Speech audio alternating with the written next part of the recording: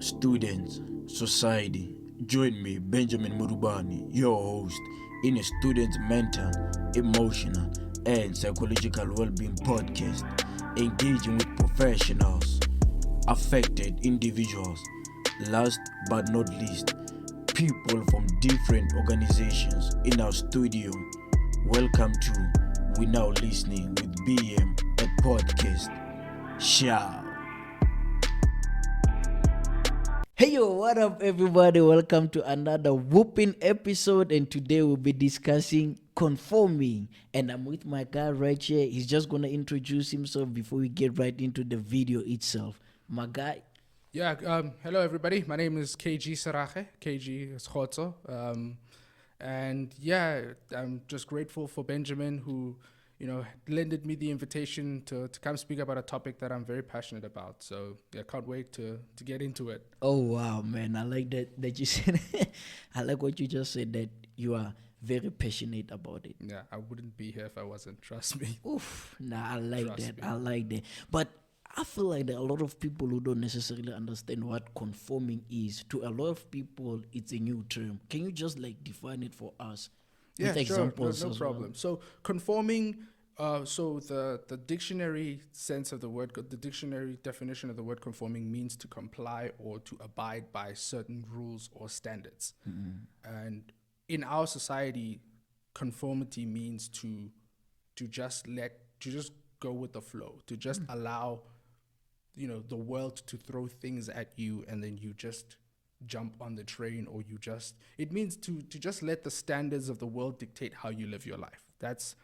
That's how conformity is assessed in the real world, according to my observation. Wow, that's very true. You said something that I really liked, like the world throws things at you. That's the first one. And you also said, again, you just go with the flow. Yes. And sometimes when you don't understand where the flow is going, you might end up being in the wrong place. Yeah, definitely. I mean, it's all about directions, right? Our lives, we all live lives, and we all supposed to have direction. And if you do not figure out your direction, you get caught up in pretty much what everybody else is getting caught up in, and you end up going the wrong direction. And so it's about conformity is really when you are directionless, so you just follow everybody because that's what everybody's doing. You just go where everybody's going. Wow. Again, another thing that I want to ask you, like the flow that you're speaking about right now, can you maybe say maybe a couple of examples or something that people do actually conform to?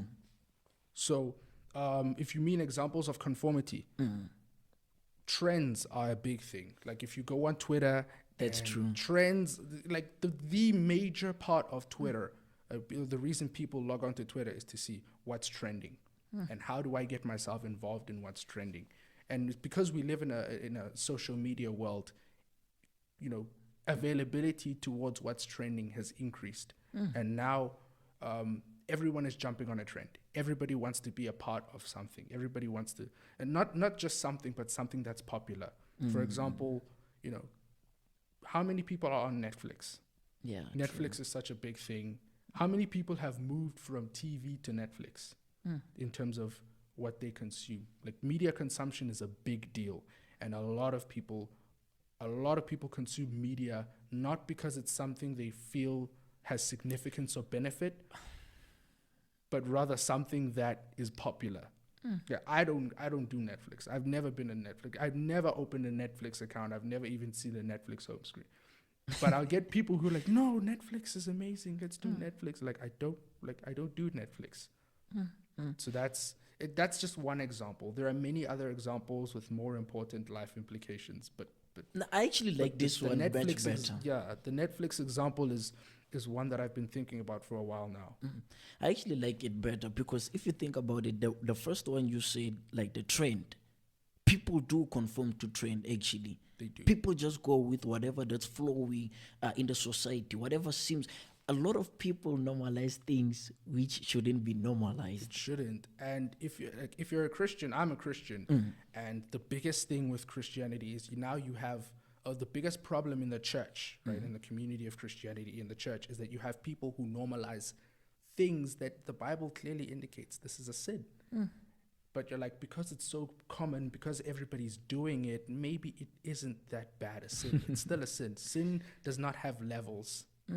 Sin is sin. Yeah. And every single thing that I bring into my life, whether it's content I consume, whether it's people I associate with, I always look at the impact from a Christian standpoint.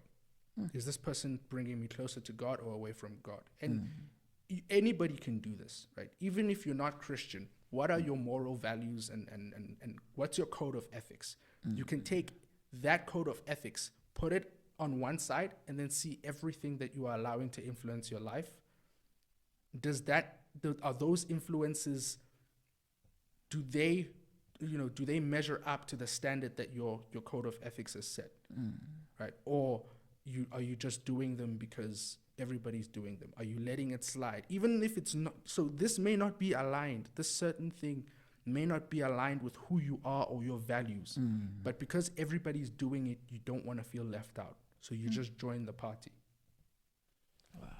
And what I want to ask you again, once more, regarding this, do you think people are actually aware that they are conforming to certain standards, to certain trends and whatsoever?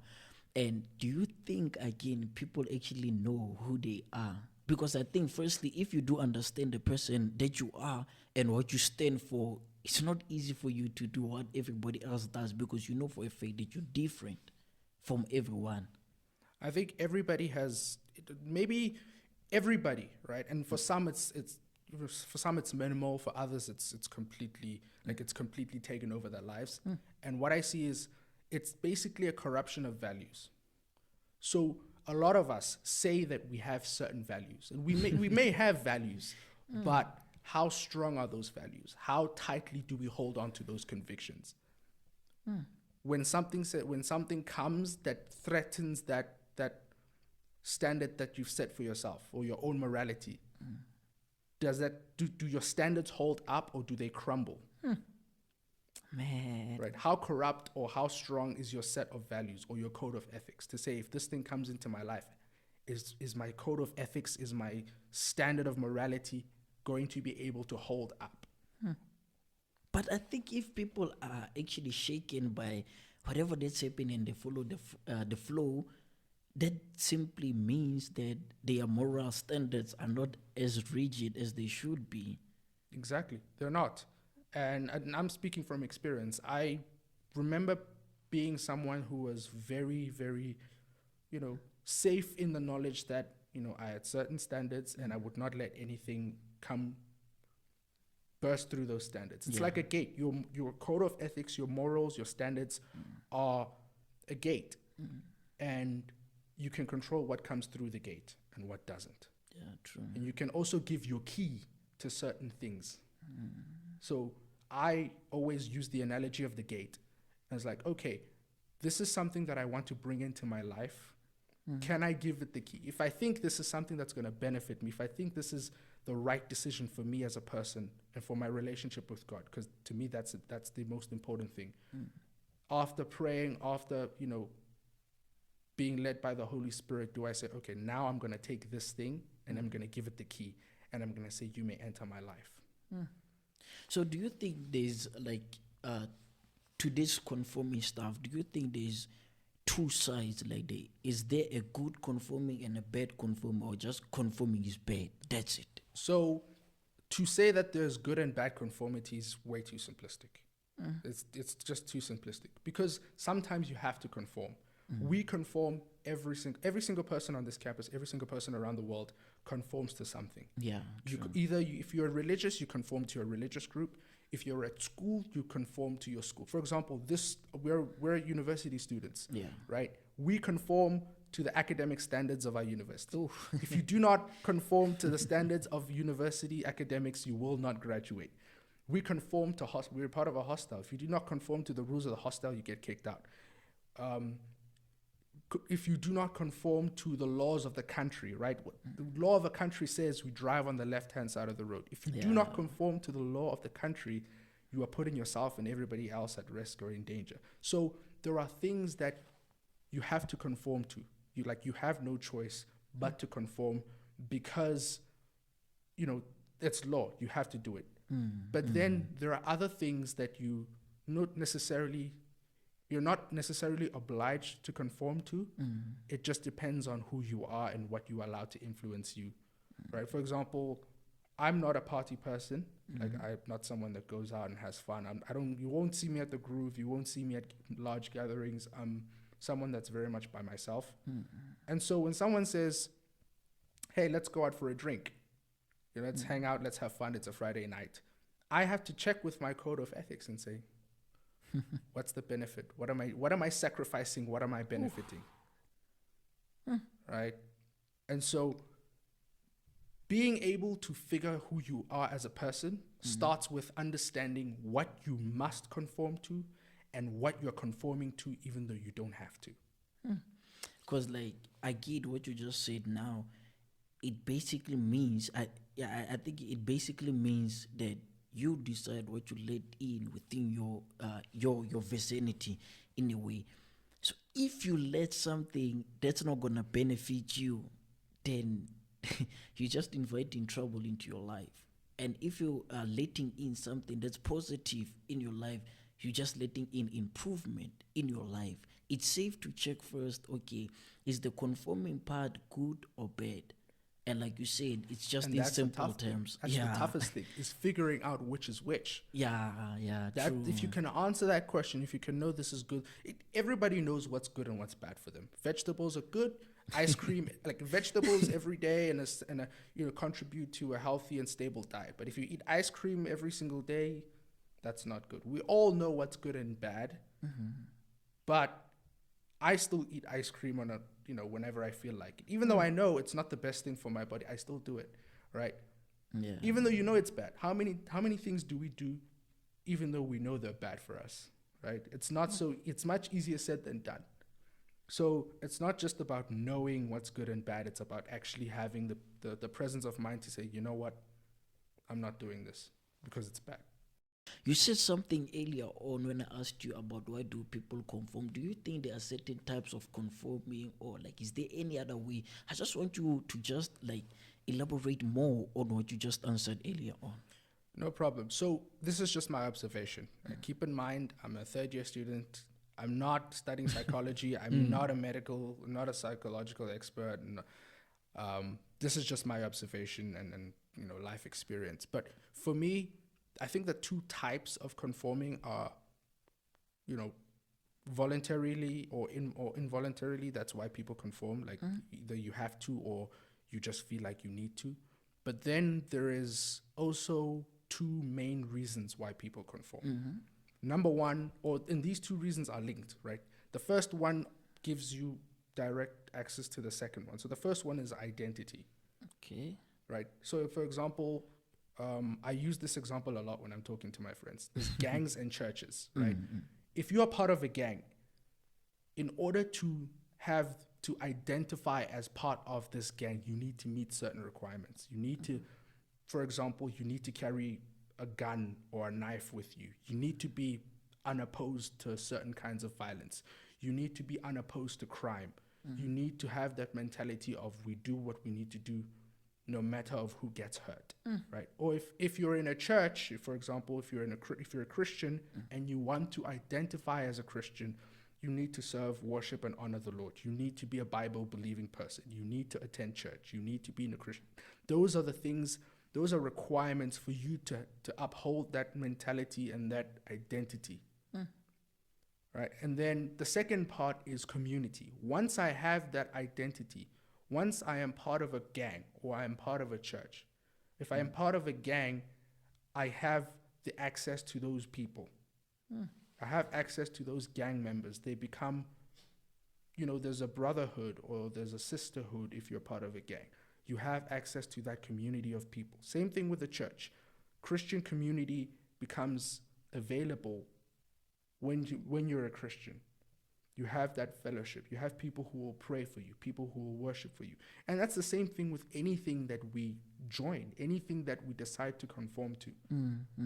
If you're a musician, you enter a band, you meet requirements. Can you play drums? Can you sing? Once you enter that band, your community becomes, the bandmates, the singers, the people in the music industry, if we're talking about a larger scope, those people become your community. So another thing that I want to ask you, like relating to like community, what about varsity life or varsity standards? Like, is there anything that you have observed, like regarding students specifically in a university? Like, do they belong to a certain community, and what is that community? If you can think of anything. So the way that I've always seen it is, because you and I both live at hostel, and the hostel has a culture, has traditions. We have things that separate us from other hostels on campus. True. And so, from my experience, if I'm able to do 1, 2, 3, and 4, that will solidify me. That will say I am a part of this hostel. If you play sport, for example, there is a culture behind soccer or football. There's a culture behind rugby. There's a culture behind cricket. There's a culture behind any sport that you play. And if you uphold the traditions of that culture, you can say, these people who I play soccer with are my community. I identify with them. I conform to them. I commit to the rituals and traditions of this certain group of people. That's why they're my community.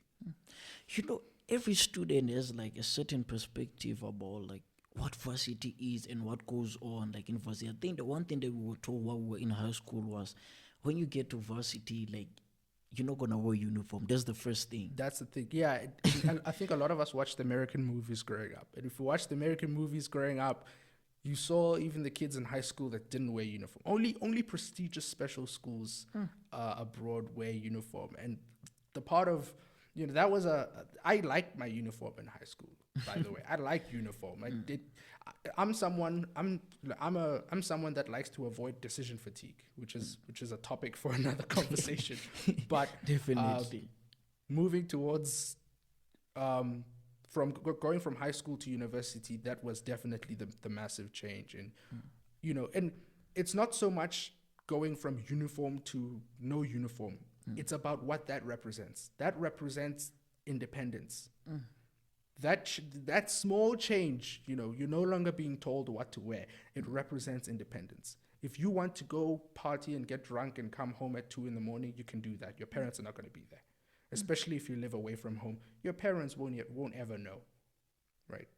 Yeah, if you want to spend all your money buying booze or buying food and you're not really managing your money well, your parents will never know, or they might never know.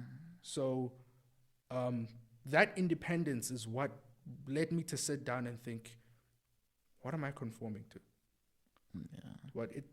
The more freedom you have, the more you need to think about what you're conforming to. And that also adds on to like identity, like you said. Yes. When you get here, you need to decide the type of a person that you are.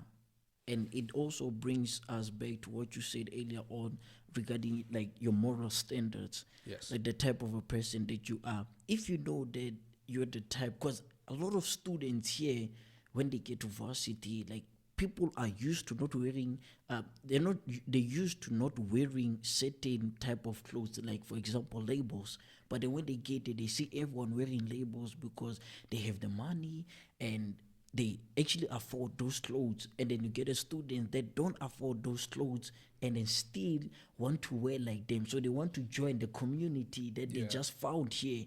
But now them joining the community strips away. To conform. You need to conform. Exactly. And it strips away your identity because now you're becoming someone that you're not. Like, would you view that as something positive or something as negative? Because I think there's growth and then there's just like completely change. There are positive benefits to conformity. And I'm saying this to preface what I'm about to say next. So there are positives. There's definitely a good side to conforming, right? If you are amongst the right people, if you're amongst, good positive attitude, if you know that this is the type of thing that will harm my life, that will help my life instead of harm it, This is then conforming is a good thing, which is why it's so important to make that decision and to know what's what.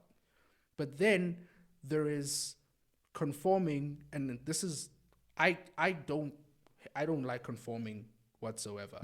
Yeah. I understand it's some places it's necessary, but I don't like it. I define myself as a nonconformist, and by that I don't mean oh, I'm not gonna do this because everybody's doing it. I mean I'm gonna look at it and I'm gonna say, once again, what am I sacrificing? What am I benefiting? I am very, very particular in terms of what I allow into my life.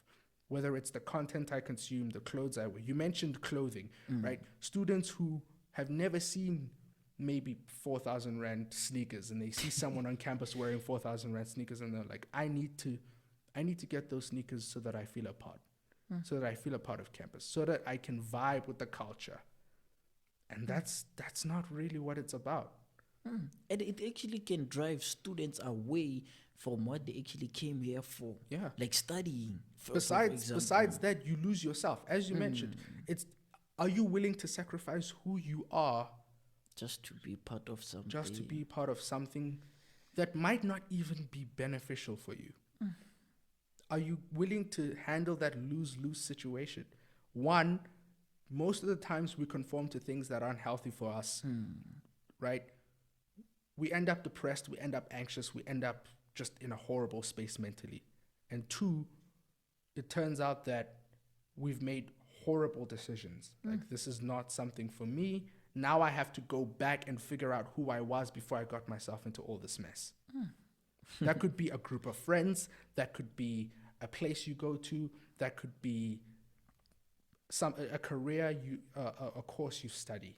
That's the common one amongst university students. You find someone studying law, and then after the third year realizing, no, this is not for me.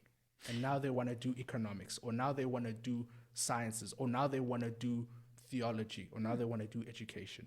Thank you. I just thought of something when you said you do something and realize later on this is not for you. I think another one that most students conform to, like according to my observation as well, is a lot of students go with friends to courses because of their friends are doing that certain course, so they want to do it and realize later on, this is not me. This is not what I want my life to be like. Exactly. That the friend may be focused. The friend may know, I want to be an engineer. Exactly. And because you are not so sure, or you might not be sure, but you look at the friend and you're like, it will be nice to sit in the same class as this person. So I'm just gonna enroll in engineering, and now you waste money and you waste time because you wanted to conform.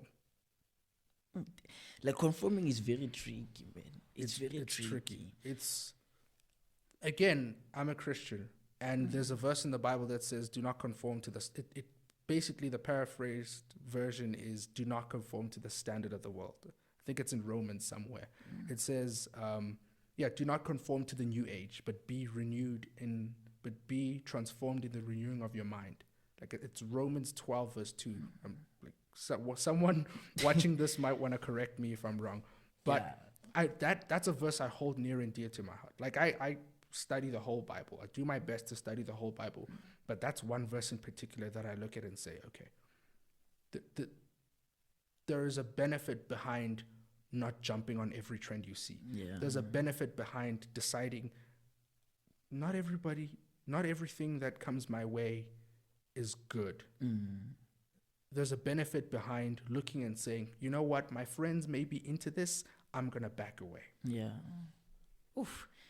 Because I remember earlier, like in my years while I was still in high school, I had an interview at Akhanang FM, and like the topic was basically or simply that creating your own thinking. And I think one of the things I said there was that I was not created to fit in the world.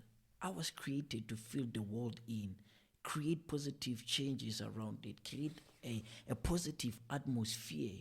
So a lot of people tend to lose themselves and conform to the world instead of transforming the world. Yeah. And I think that's the first start where everything crashes. The thing is, as human beings, we all have a need for community. Even if you are an introvert, you still have that need for social bonding. You still have that need for people. There's not a human being on this planet that doesn't need anyone. I don't care how introverted you are. I don't care how against people you are, how unsocial you are, is what I meant to say. We all have a need for people. We all have a need for community. And for a lot of us, in search of that community, in search of that identity, in search of that feeling like you belong somewhere, you are willing to sacrifice everything. You are willing to sacrifice who you are. You are willing to sacrifice your values, your morals, your beliefs, just to be able to say, I belong here, and I feel safe, and I feel great, and I feel welcomed, and I feel embraced. Also think about what happens in varsity. Like we mentioned, the most type of conforming is like towards trend.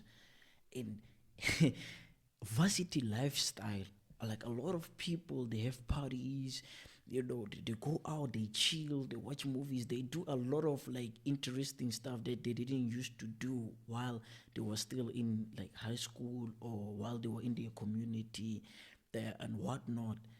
Do you think someone like entering varsity should actually be part of a lifestyle that is advised in varsity? Because they say you gotta be part of something. One of the first things that I was told when I arrived here was, you gotta try everything. You gotta try this and that. You gotta know what fits. You gotta know what doesn't. You have to try everything. You don't knock it till you try it. That's a big one. Like don't knock it until you try it. You have to try everything at least once. And my answer to that is, you don't need to try it to know it's bad for you. I don't need to try smoking to know it's gonna destroy my lungs if I keep doing it. True. I don't need to drink to know that it's not healthy for me. There's no debating that. No, you haven't drank before. I don't need to. So people actually conform just for experience, Just to try it once. and they don't understand the effects. They also don't realize that once you try it, you are in. Some things hook you, right? Addiction is a serious thing. Some of these things hook you, right? If a friend has ever tried to convince you to take drugs, they're like, just try it once. They don't they know themselves, especially if they don't care about you or have your best interest at heart. They know that once you try it once, you're going to be back, right? True. It's dopamine.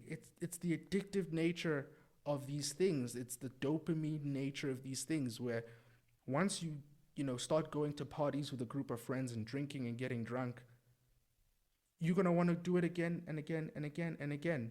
If you're not aware of what it's doing to you, you're just going to keep on with that habit. Exactly. And one thing, like before I ask the last question, is that people like trend, and the reason why people like trend is what trend gives. People are actually more committed to something that's fun, to something that's experimental, to something that It's gives popular. vibe, that gives Popular, exactly. And if we look at our lives in varsity, you said you are third year, I'm a fourth year. I think we've seen a lot of stuff happening. We've seen quite a few stuff. Exactly. And what we've seen, the trend, like contributing to those what we just mentioned now, it's not necessarily always the good thing. And like you said, you don't have to try something in order to know that it's bad for you. And once you start something, you can be hooked. And again, the last thing, adding to what you just said, is that when you do something again and again, not realizing the impact, then you're going to do it forever. Can do it for. Think most people who struggle with alcohol, most alcoholics, had their first glass. Yeah. Like, you don't just become an alcoholic. Oh, suddenly I'm an alcoholic. No, you become, the journey to an alcoholic or for an alcoholic begins with one glass. The journey to drug addict begins with one exposure, one puff. Or I don't smoke, I don't drink, so I don't know what the terminology for that is. But also me. that's how it begins. It only takes one. It starts with one, and yeah, I think people, if you take away only one thing from this conversation, I'm hoping to speak to people who are going to watch this. Yeah, it's that exactly. you can be boring if you want. Ooh, if it saves your life, yeah.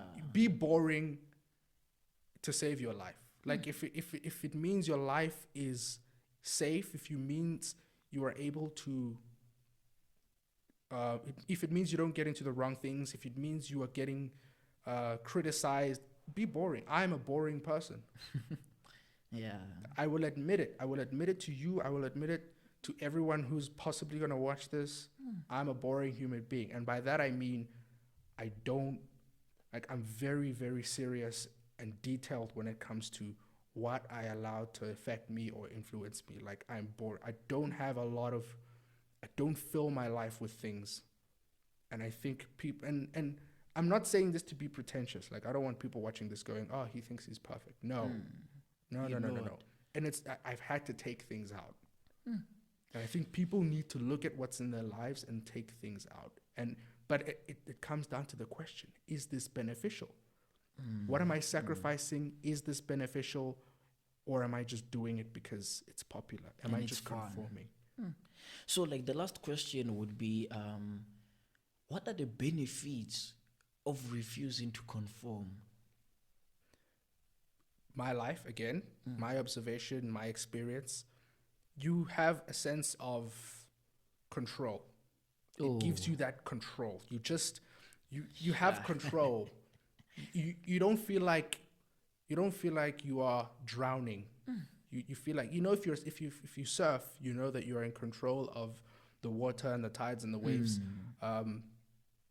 Surfing is probably not a good metaphor.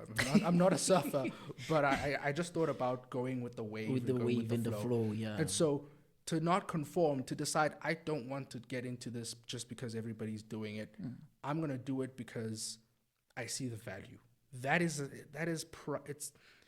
It gives you that feeling of control. You know it's self-assurance and it's control.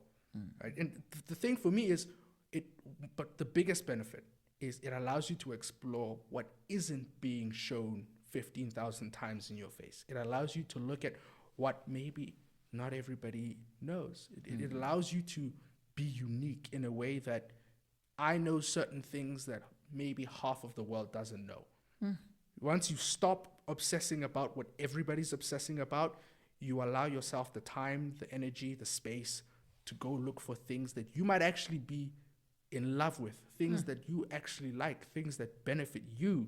It's just that nobody's doing them. You can discover those things for yourself and go, wow, I should have been here instead of following the crowd. Like, I love 90s Japanese professional wrestling. Who knows? Like, how many people know about Japanese wrestling in the 90s? I might be shocked, but I don't think there's many. Yeah, I know it from your statuses. Yeah, you read my you watch my and read my WhatsApps all day long, so it's like, you know what I.